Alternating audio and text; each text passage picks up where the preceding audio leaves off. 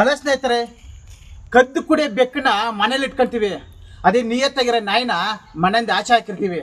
ನಮ್ಮ ಜೀವನದಲ್ಲೂ ಹಂಗೆ ಆಗಿರೋದು.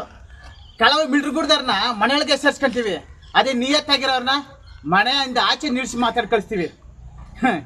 ಗುರು, ನಮ್ಮ ಜನಗಳಿಗೆ ಇವತ್ತಿನ ಕಾಲಕ್ಕೆ ಬುದ್ಧಿ ಬರಲ್ಲ ಗುರು, ದೇವ್ರ ಸತಿ ಬುದ್ಧಿ ಬರಲ್ಲ ಗುರು.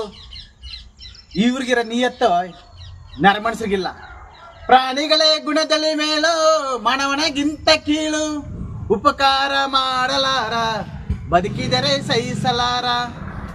ಗುರು, ಇವ್ರಿಗಾದ್ರೆ ಹಾಕಿದ್ರೆ ರಾತ್ರಿ ಆಗ್ಲೂ ಮನೆ ಕಾಯ್ತವೆ, ಆದರೆ ಮನುಷ್ಯರಿಗೆ ಬಿರಿಯಾನಿ ಹಾಕೋ ಹಿಂದ್ಗಡೆ ಕಾಯ್ತಾ ಇರ್ತಾರೆ ಬೆಣ್ಣೆ ಚೂರಿ ಹಾಕಕ್ಕೆ. ಯಾಕಂದ್ರ ನೀವು ಚೆನ್ನಾಗಿರ ತಳ, ನೀನ್ ಯಾಕ ತಗೊಳ, ಮಜಾ ಮಾಡ. ದಿನ ನಮ್ಮ ಮನೆ ಹತ್ರ ಬರ್ರ, ನಾನು ನಿಮ್ಗೆ ಹೆಲ್ಪ್ ಮಾಡ್ತೀನಿ. ಯಾರು ಊಟ